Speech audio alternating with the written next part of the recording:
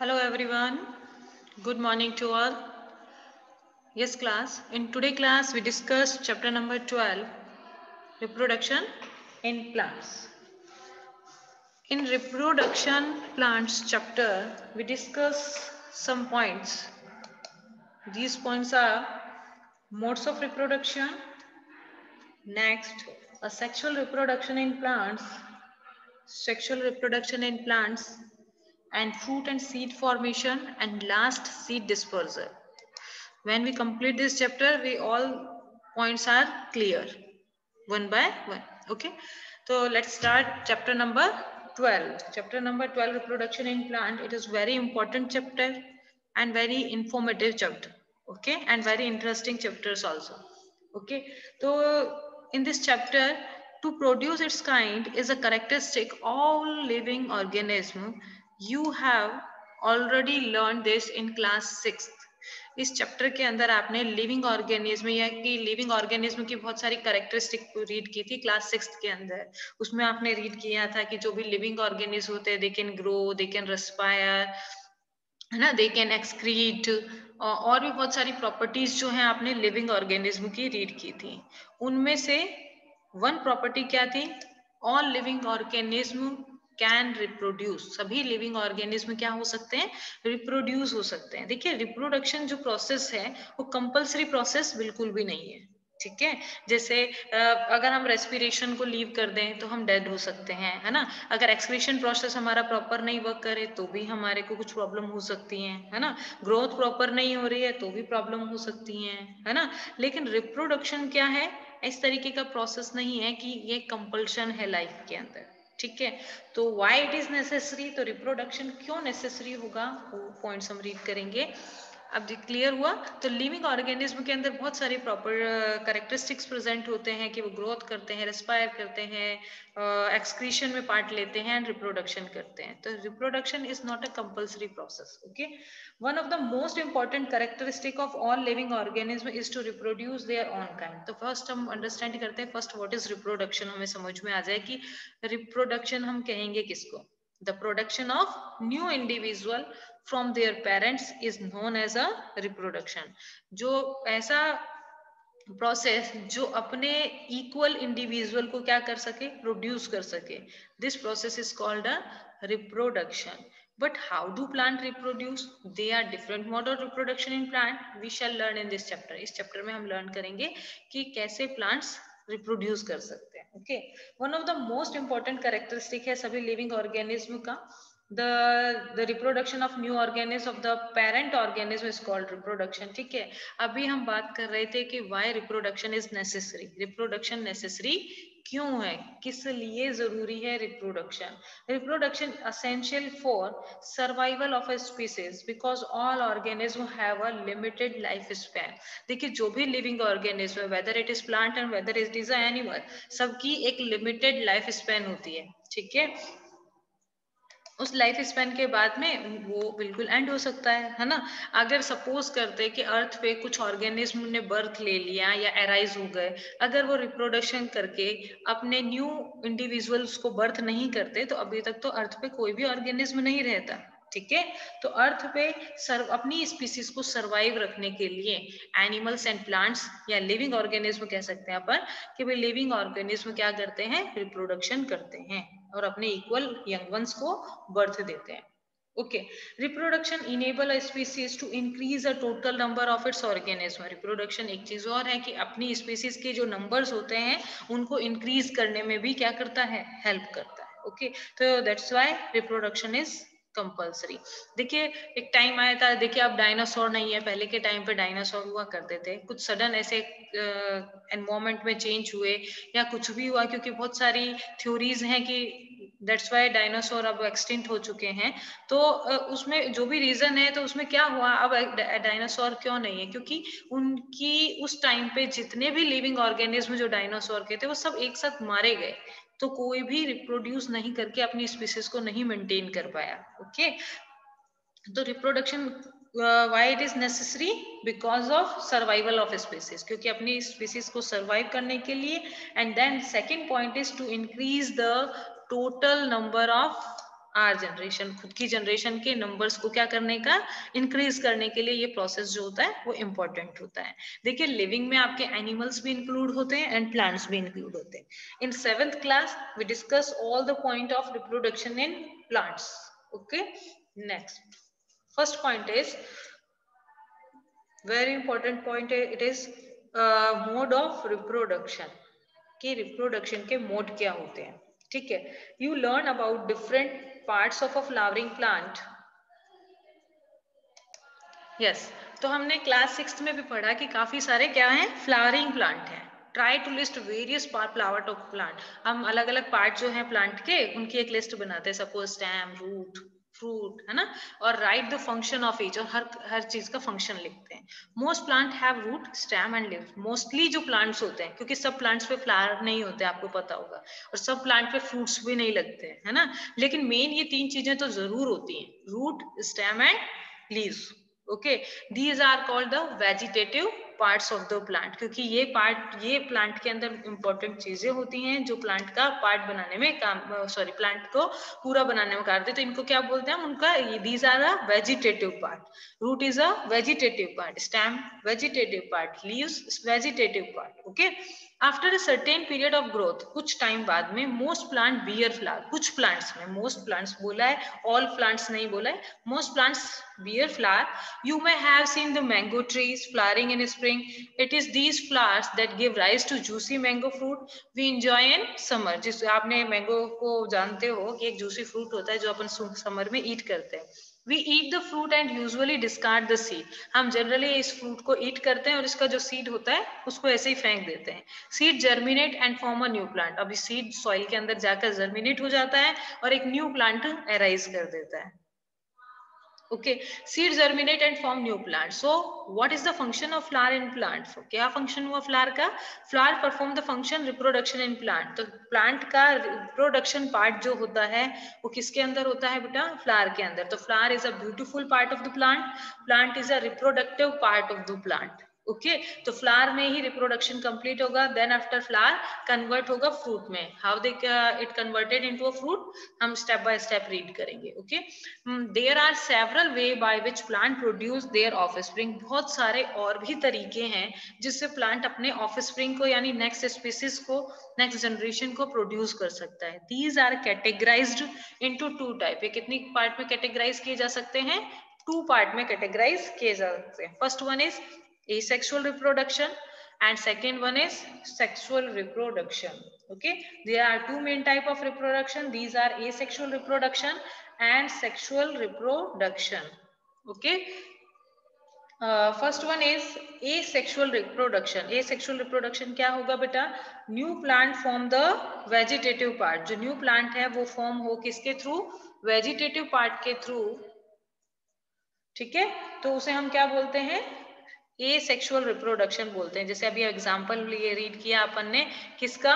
कि example read किया कि जैसे हम कुछ प्लांट्स को रूट के थ्रू ग्रो करा रहे हैं, है ना, कुछ प्लांट्स को हम स्टेम के थ्रू ग्रो करा रहे हैं, कुछ प्लांट्स का हम एग्जांपल देखेंगे अभी, लीव्स के थ्रू भी ग्रो कराएंगे।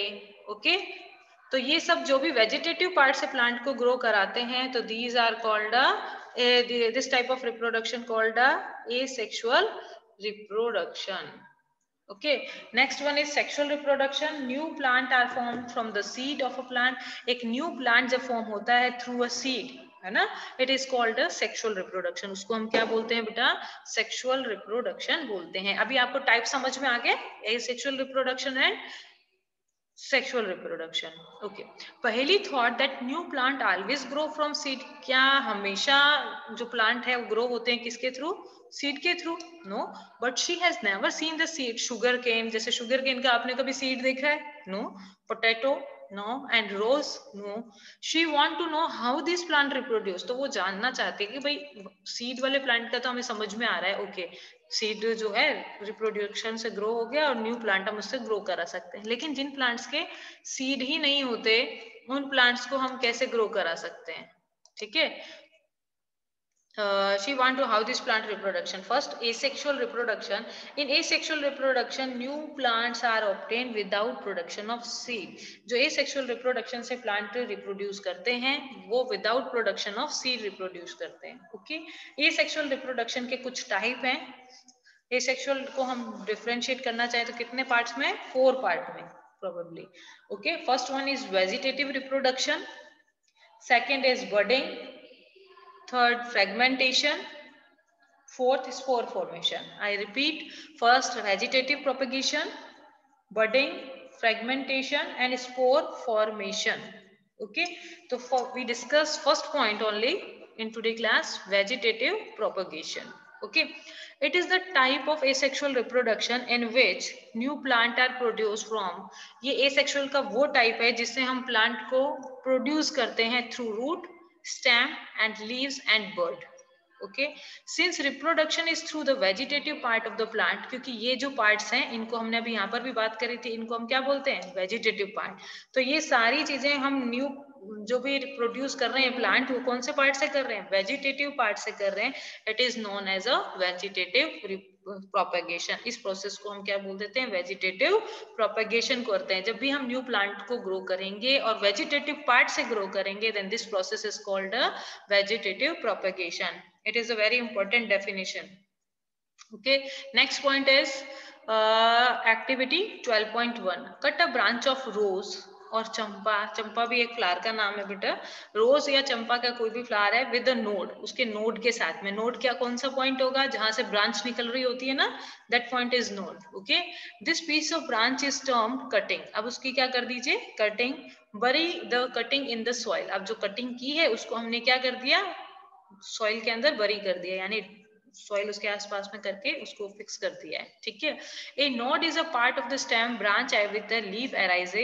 जहां पर नोड होती है, ये वो नोड कौन सा पार्ट है? नोड की डेफिनेशन दी हुई है. नोड वो पार्ट है, node is a part of the stem or branch which arise, leaf arise, जहां से लीफ अराइज हो जाती है. ठीक है, उसको हम बड बोलते हैं.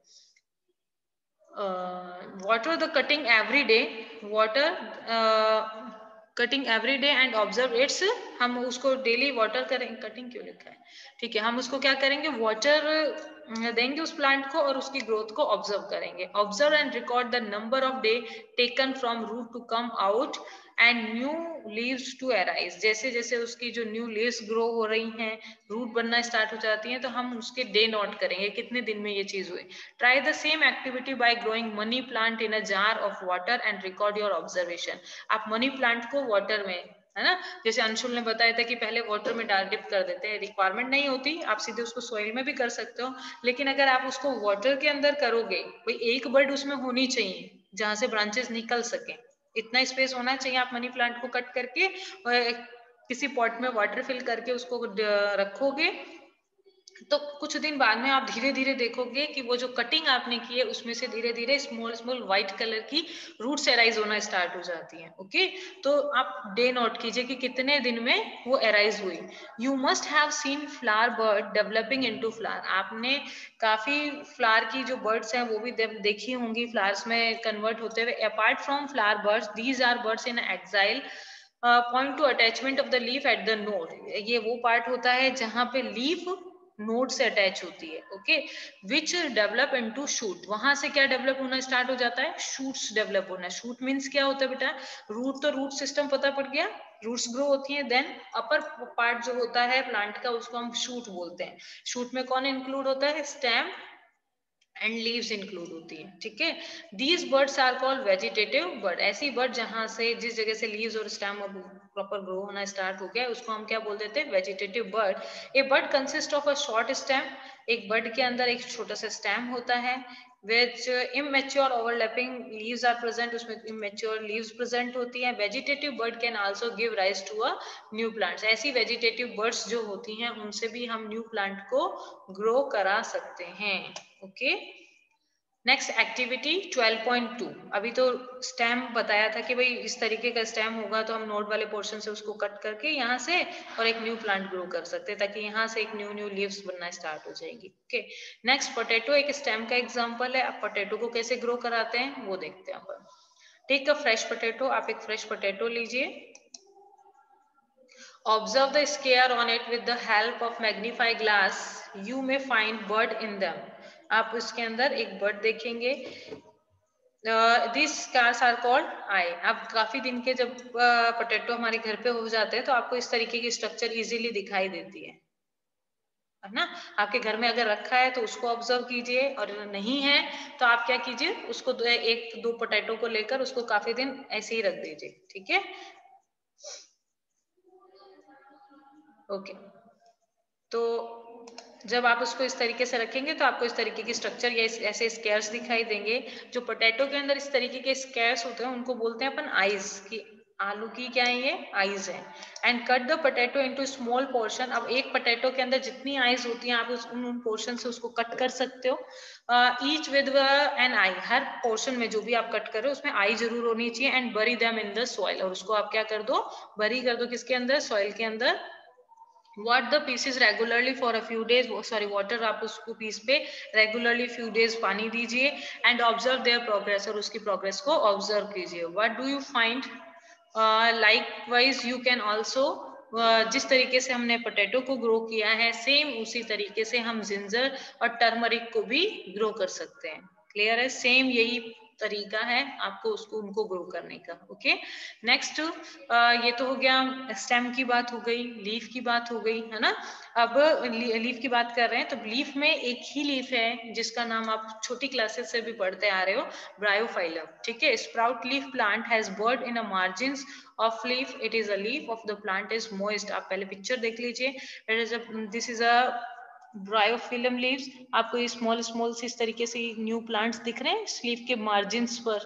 ठीक है, और इनको अपन क्या करते हैं, डी अटैच करके न्यू जगह पर ग्रो कराते हैं तो एक न्यू ब्रायोफिलम प्लांट आपका ग्रो हो जाता है. ठीक है, can give rise to a new plant. तो ये आपका एग्जांपल हो गया किसका, लीव का. ओके, तो हमने स्टेम रीड कर लिया है, लीव्स का रीड कर लिया. ठीक है, देन वेजिटेटिव पार्ट कौन सा है अपना, रूट.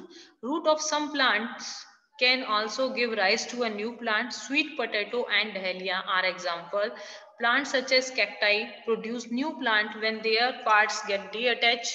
अब जैसे ही जो ये आपके स्वीट पोटैटो है उसको भी आप क्या करेंगे, उसकी रूट्स को डीअटैच करके मेन प्लांट बॉडी से अलग करके each detach part can grow into a new plant. एक न्यू प्लांट क्या हो जाता है, ग्रो हो जाता है. ठीक है, क्लियर. बुजो want to know if there is any advantage of vegetative propagation. कि क्या कोई वेजिटेटिव एडवांटेज हो सकती है इस तरीके से, जैसे हमने जिंजर ग्रो किया, स्टेम ग्रो किया, तो इसकी कुछ भी एडवांटेज वेजिटेटिव प्रोपेगेशन की आप बता सकते हो. यस, फर्स्ट एडवांटेज क्या हो गई, it is easier and less expensive. बहुत इजी मेथड है ना, हर कोई कर सकता है इस मेथड को. तो क्लियर है, तो it is an easier and less expensive and rapid way producing new plant.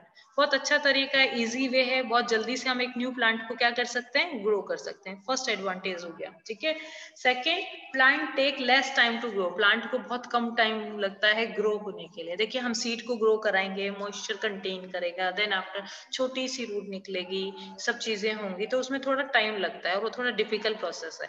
लेकिन वेजिटेटिव प्रोपेगेशन बहुत ही ईजियर है, बहुत कम टाइम पे बहुत जल्दी से हम प्लांट ग्रो करा देते हैं और बहुत कम टाइम लगता है प्लांट को ग्रो करने के लिए. Okay, plant produced are identical to the parent plant, so produce the same quality. इस पे भी बात करते हैं अपन. देखिए इन्होंने कहा आइडेंटिकल टू पेरेंट प्लांट.